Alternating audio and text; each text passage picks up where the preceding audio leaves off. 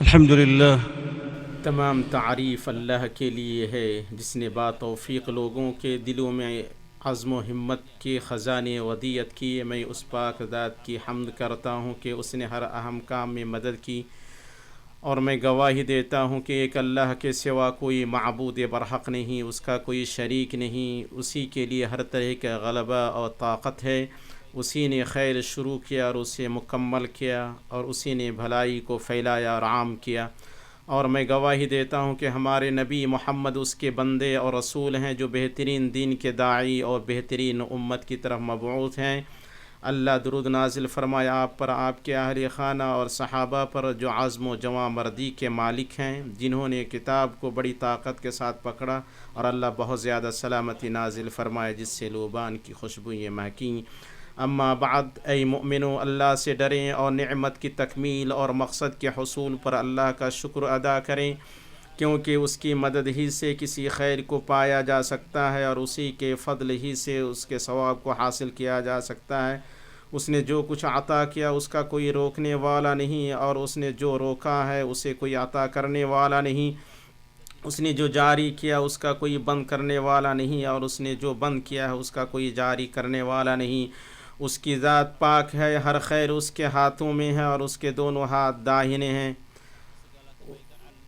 اس کا چہرہ سب سے معزز چہرہ ہے، اس کی جاہ سب سے عظیم جاہ ہے، اور اس کی نوازش سب سے افضل اور خوشگوار نوازش ہے۔ اس کی نعمتوں کا کوئی بدلہ نہیں دے سکتا، اور اس کی تعریف کو کسی سخنور کا کلام پہنچ نہیں سکتا۔ مؤمنو، جامع اور روشن ترین فضائل، معزز اور بلند ترین خصائل میں سے بلند ہمت، تابناک عزم اور سلگتے عزائم ہیں۔ یہ بلند چیزوں میں مشغول رہنے، فضائل کو حاصل کرنے اور کمالات سے کم تر چیز کو حقیر سمجھنے پر ابھارتے ہیں۔ سو جس کی ہمت بلند ہے وہ بلند چیزوں کو اختیار کرے گا، اور جس کی ہمت پست ہے وہ گھٹیا چیزوں کے دائرے میں گھومتا رہے گا۔ بلند ہمتی اللہ کے بندو، ہر خوبصورت چیز تک لے جانے والی، ہر اچھی چیز کی طرف بلانے والی ہے۔ وہ اہل کمال کا وصف لازم ہے، اور سنجیدہ اور مستعد لوگوں میں راسخ خصلت ہے۔ آپ ایسا نامور نہیں پائیں گے جو پست ہمت، کوتاہ عزم اور سست کوشش کا ہو۔ عزم و ہمت والا جب ارادہ کرے تو سچ کر دکھاتا ہے، اور جب عزم کرے تو پورا کرتا ہے، جب قصد کرے تو کر گزرتا ہے، اور جب چلے تو سبقت لے جاتا ہے۔ وہ نہ مشکلات کی پرواہ کرتا ہے، نہ اسے تکلیفیں روکتی ہیں، اور نہ یہ بیماریاں اسے ہلاتی ہیں۔ بلند ہمتی جیسی کوئی خصلت نہیں جس کا مالک سرداری کا مستحق ہو۔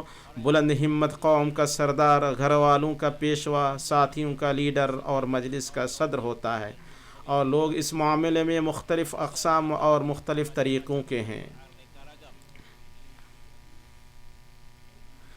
ان میں سے کچھ ایسے ہیں جن کے دلوں میں ہمت بلند ہوتی ہے، اور جن کے نفسوں میں عزم و ارادہ جوشیلا ہوتا ہے، لیکن وہ نہ اسے کسی عمل کے ذریعے آگے دھکیلتے ہیں، اور نہ کسی کوشش کے ساتھ اسے جوڑتے ہیں۔ ایسے لوگ زیادہ آرزو والے اور کم محنتی ہوتے ہیں، اور بغیر عمل کے آرزویں چٹیل میدان کے سراب کی طرح ہیں، یا بلا بارش کے بجلی کی طرح ہیں۔ ان میں سے کچھ پست ہمت، کمزور ارادہ، شکست عزم کے ہوتے ہیں۔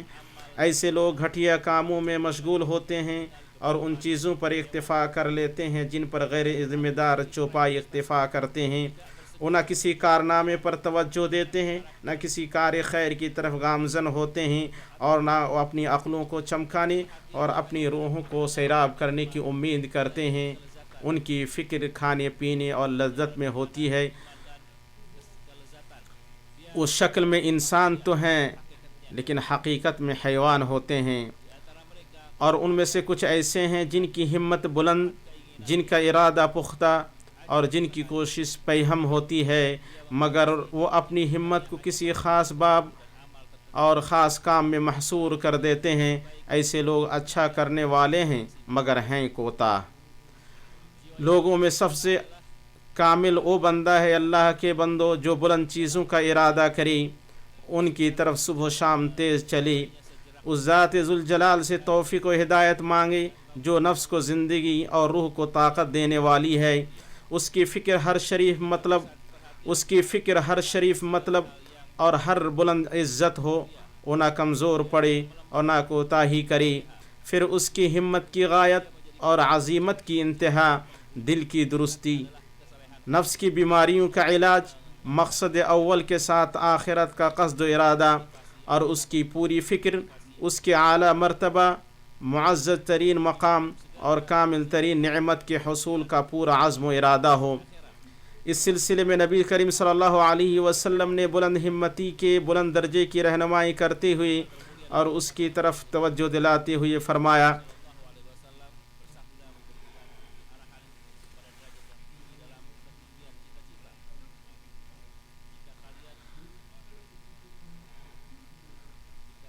جب تم اللہ سے مانگو تو اس سے فردوس مانگو، وہ جنت کا عمدہ ترین اور بلند ترین مقام ہے اور اس کے اوپر رحمان کا عرش ہے اور وہیں سے جنت کی نہریں نکلتی ہیں۔ اسے امام بخاری نے روایت کیا ہے۔ اللہ کی قسم، عقل مند وہ ہے جو اپنے نفس کی قیمت جنت کے سوا اور کچھ نہ سمجھے۔ مومنوں، بلند ہمتی اس بات کی محرک ہے کہ آدمی خیر کے راستوں میں سے ہر راستے میں اپنی حصہ داری درج کرائے اور اسے تھوڑا خیر زیادہ خیر سے بے نیاز نہ کرے، اور یہ ارباب کمال کا شیوا ہے۔ جیسا کہ نبی صلی اللہ علیہ وسلم نے اپنے صحابہ سے پوچھا، تم میں سے کس نے آج روزے کی حالت میں صبح کی؟ ابو بکر رضی اللہ تعالی عنہ نے کہا، میں نے۔ آپ نے پوچھا، تم میں سے کون آج جنازے کے پیچھے چلا؟ ابو بکر رضی اللہ تعالی عنہ نے کہا، میں۔ آپ صلی اللہ علیہ وسلم نے پوچھا، تم میں سے کس نے آج مسکین کو کھانا کھلایا؟ ابو بکر رضی اللہ تعالی عنہ نے کہا، میں نے۔ آپ صلی اللہ علیہ وسلم نے پوچھا، تم میں سے کس نے آج مریض کی عیادت کی؟ ابو بکر رضی اللہ تعالی عنہ نے کہا، میں نے۔ پھر رسول اللہ صلی اللہ علیہ وسلم نے فرمایا، کسی آدمی میں یہ خصلتیں اکٹھی نہیں ہوئیں مگر وہ جنت میں داخل ہوا۔ اسے امام مسلم نے روایت کیا ہے۔ یہ ہے ابو بکر کی بلند ہمت، اور یہ اگر ابو بکر کی نہ ہو تو پھر کس کی ہو؟ اللہ ابو بکر صدیق سے راضی ہو اور انہیں راضی کرے۔ مومنوں، یہ بکری نمونہ اللہ کی کتاب اور رسول اللہ صلی اللہ علیہ وسلم کے طریقے کی روشنی میں تیار کیا گیا ہے، اور یہ کوئی انوکھی چیز نہیں ہے، کیونکہ تدبر اور سمجھ کے ساتھ کتاب اللہ کی تلاوت عزائم کو مہمیز اور طبیعتوں کو دو آتشا کرتی ہے، اس لیے کہ اس کی آیات میں سے ہر آیت یا تو فضیلت کی طرف بلاتی ہے یا رذائل سے ڈراتی ہے، جس سے نفس میں فرما برداری کے لیے آمادگی اور شوق پیدا ہوتا ہے، چنانچہ اس میں بلند ہمت زندہ ہوتی ہے اور جوشیل نفس کی چنگاری سلگنے لگتی ہے۔ بعد اہل علم نے کہا، قرآن دلوں کو ہمت کی عظمت سے بھر دیتا ہے۔ یہ عظمت ہے جس نے اس کے دوستوں کو دائیں بائیں بھیجا، پھر وہ ایسے تختوں پر آئے جو ظالم تھی اور انہوں نے ان تختوں کو سرزمین سے اکھاڑ پھینکا، پھر انہوں نے انصاف کا جھنڈا بلند کیا اور علوم کی نہریں پوری طرح جاری کیں۔ اگر ہم بعض قراء میں کمزور عزائم دیکھتے ہیں تو اس لیے کہ انہوں نے قرآن کی آیت میں تدبر نہیں کیا اور اس کے اسرار کو نہیں سمجھا۔ قرآن نے امت کی تربیت کی اور اسے ادب سکھلایا، اس کے نفس کو پاک کیا، اس کی طبیعت کو صاف کیا، اس کی ذہانت کو دو آتشا کیا، اس کی صلاحیتوں کو جلا بخشا، اس کے عزائم کو تیز کیا، اس کی ہمتوں کو بلند کیا اور اس کے ارادوں کو مضبوط کیا۔ یہ قرآن امت کے ساتھ لگاتار رہا، یہاں تک کہ بکریوں کے چرواہوں میں سے قوم کے رہنما نکالے اور امیت کی گمنامی سے علم و حکمت کے منارے بنائے۔ اسی قرآنی روح کی بدولت یہ نفوس آگے بڑھے اور ملکوں سے پہلے کانوں کو فتح کیا اور عدل و احسان کے ذریعے جسموں سے پہلے روحوں کے مالک بنے۔ مگر قرآن کا راز صرف اس سوختہ حفظ میں نہیں اور نہ اس مفلوج تلاوت میں ہے، بلکہ پورا راز اس پر تدبر کرنے، اسے سمجھنے، اس کی پیروی کرنے، اس کے طریقے پر چلنے اور اس کے آداب کو اپنانے میں ہے۔ ان کا کلام ختم ہوا۔ اللہ مجھے اور آپ کو قرآن کے طریقے اور نبی مختار کی سنت سے فائدہ پہنچائے۔ میں اپنی یہ بات کہہ رہا ہوں اور اللہ سے ہر گناہ و خطا کی مغفرت طلب کرتا ہوں۔ آپ اس سے مغفرت طلب کریں اور اس کی بارگاہ میں توبہ کریں، بے شک میرا رب قریب اور قبول کرنے والا ہے۔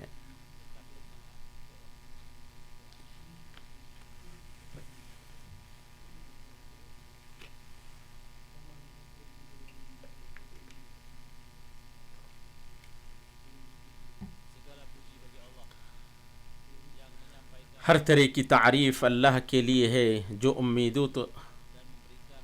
امید تک پہنچاتا ہے اور عمل میں برکت دیتا ہے۔ میں اس پاک ذات کی حمد کرتا ہوں، وہ حمد کے لائق وہ اہل ہے، اور میں درود و سلام پڑھتا ہوں اس کے رسول پر جو بہترین دین کے ساتھ بھیجے گئے ہیں، ان کے اہل خانہ اور صحابہ پر جو صاحبان زیبائش و زینت ہیں، اور اللہ بہت زیادہ سلامتی نازل فرمائے۔ اما بعد، مومن کے دل میں بلند ہمتی پیدا کرنے والے کامل ترین اسباب میں سے کم تمنا کرنا اور دنیا کے جلدی فنا ہونے کو یاد رکھنا ہے۔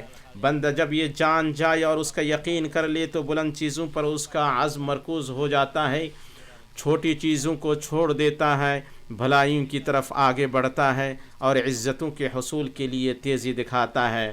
شاعر کہتا ہے، دنیا میں امیدوں کو کم کرو کامیاب ہوگی، اور عقل مندی کی دلیل ہے امید کم کرنا۔ ابن عمر رضی اللہ تعالیٰ عنہما سے روایت ہے، وہ کہتے ہیں کہ رسول اللہ صلی اللہ علیہ وسلم نے میرے کندھوں کو پکڑ کر فرمایا، تم دنیا میں رہو جیسے تم اجنبی ہو یا مسافر۔ اسے امام بخاری نے روایت کیا اور یہ اضافہ کیا ہے کہ ابن عمر رضی اللہ تعالیٰ عنہما کہا کرتے تھے، جب تم شام کرو تو صبح کا انتظار نہ کرو، اور جب صبح کرو تو شام کا انتظار نہ کرو، اور اپنی صحت سے اپنی بیماری کے لیے اور اپنی زندگی سے اپنی موت کے لیے توشہ لے لو۔ یہ حدیث حافظ ابن رجب رحمہ اللہ کے بقول دنیا میں آرزو کم کرنے کی اصل ہے، اور ایک مومن کے لیے زیبا نہیں کہ وہ دنیا کو اپنا وطن و مسکن بنا کر اس میں مطمئن ہو جائے، بلکہ اسے چاہیے کہ اس میں اس طرح رہے جیسے وہ حالت سفر میں ہو اور کوچ کے لیے اپنا سامان تیار کر رہا ہو۔ اس پر انبیاء اور ان کے ماننے والوں کی وصیت متفق ہیں۔ اللہ تعالیٰ نے آل فرعون کے مومن کا قول نقل کرتے ہوئے فرمایا، اے میری قوم، یہ حیات دنیا متاع فانی ہے، یقین مانو کہ قرار اور ہمیشگی کا گھر تو آخرت ہی ہے۔ ابن رجب رحمہ اللہ کا کلام ختم ہوا۔ اور امام ابن القیم رحمہ اللہ کی بات کتنی اچھی ہے، انہوں نے کہا، اللہ سے ملاقات کے لیے سچی تیاری بندے کی استقامت کا سب سے مفید اور بلیغ ترین سبب ہے، کیونکہ جو اللہ سے ملاقات کے لیے تیار رہا اس کا دل دنیا اور اس کے تقاضوں سے الگ ہوگا، اس کے نفس سے شہوتوں کی آگ بجھ جائے گی، وہ اپنے دل کو اللہ کے لیے یکسو کر دے گا اور اس کی ہمت اللہ پر مرکوز ہو جائے گی۔ الغرض اللہ سے ملاقات کے لیے سچی تیاری تمام نیک اعمال اور ایمانی حالت کی کنجی ہے، اور کنجی علیم فتاح یعنی دانا کھولنے والے اللہ کے ہاتھ میں ہے۔ اس کے علاوہ نہ کوئی معبود ہے، نہ اس کے سوا کوئی رب ہے۔ ابن قیم رحمہ اللہ کی بات ختم ہوئی، اتنی بات ہوئی، اور آپ سب درود و سلام پڑھیں اللہ کی چنیدہ مخلوق پر، جس کا ذکر اللہ کے ذکر کے ساتھ دنیا میں بلند کیا جاتا ہے اور جو آخرت میں شافع و مشفع ہے۔ بے شک اللہ اس کے فرشتے اس نبی پر درود بھیجتے ہیں۔ ایمان والو، تم بھی ان پر درود بھیجو اور خوب سلام بھی پڑھتے رہا کرو۔ اے اللہ، تو درود و سلام نازل فرما اپنے معزز ترین رسول اور خاتم الانبیاء پر، تو راضی ہو جا ان کے چاروں خلفائے راشدین ابو بکر، عمر، عثمان اور علی سے، باقی آل و اصحاب سے، اور ان سے راضی ہو جا جو ان کا اچھی طرح اتباع کریں، یا کریم یا وہاب۔ اے اللہ، تو اسلام اور مسلمانوں کو غلبہ عطا فرما۔ اے اللہ، تو شرک اور مشرکین کو ذلیل و رسوا کر۔ اے اللہ، تو دین کے دشمنوں کو پست کر۔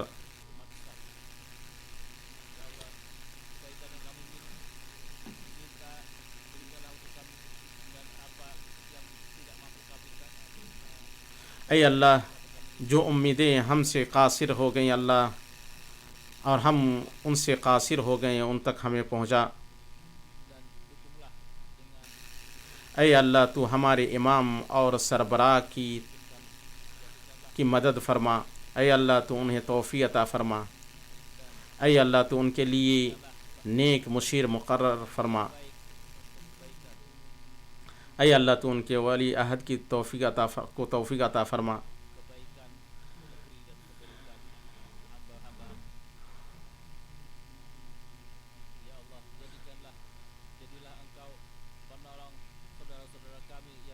اے اللہ تو ہمارے جو کمزور بھائی ہیں اپنے دین میں اپنے معاملات میں ان کے لیے تو ہو جا ہر جگہ.